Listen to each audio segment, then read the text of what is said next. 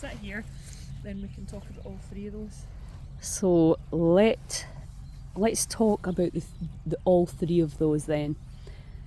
With probiotics, most people know about that and kind of understand a little bit about that, but prebiotics is something that is not as commonly, it's not an expression that's commonly used, and it's every bit as important, the pre and the pro. Can you talk to that, please? Yeah, absolutely. So it is really important to kind of understand what the difference between those two things are. So your prebiotics are it's almost basically like fibre, soluble fibre, your long chain polysaccharides, which is your long chain sugars, basically your starches and things like that are contained in lots of different types of vegetables, often in root vegetables, but also in things like your onion and garlic family plants as well. So the prebiotics basically help to feed the good bacteria that are in your gut, which is your probiotics are, foods or supplements that they actually contain the live microbes, the live bacteria.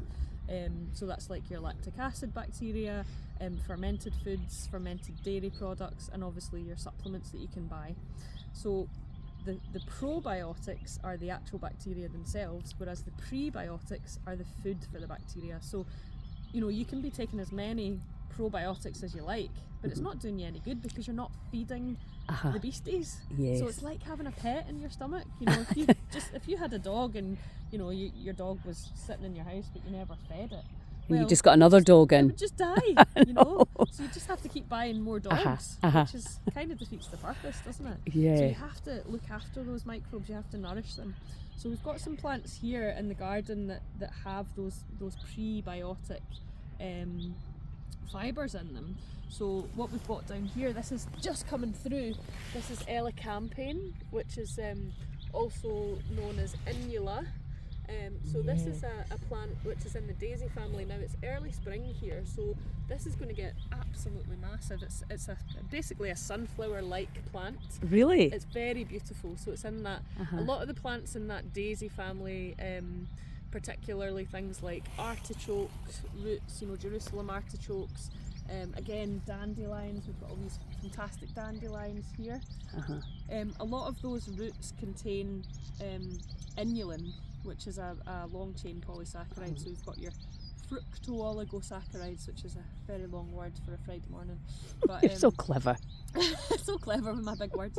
But basically that's your prebiotics. So by taking these roots as a food or as a medicine, you're actually feeding those good gut bacteria, which has a knock-on effect on your immune system health. Amazing. And then we've got chives. So these are just your common garden chives.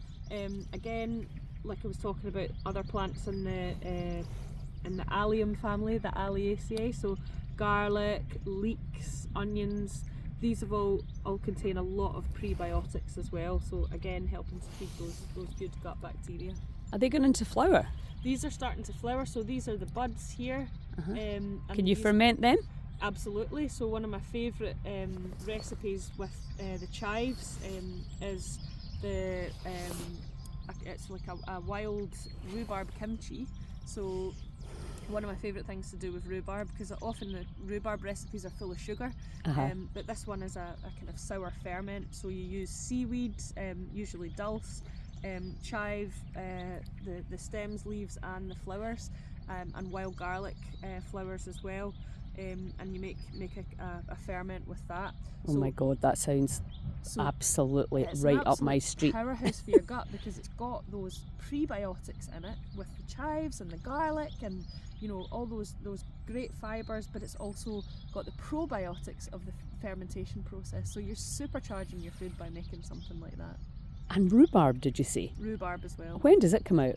Well, there's actually some growing just over there in the hop house, and it's probably about yay high, but even the rhubarb outside will be starting to get to the pickable stage now. Great!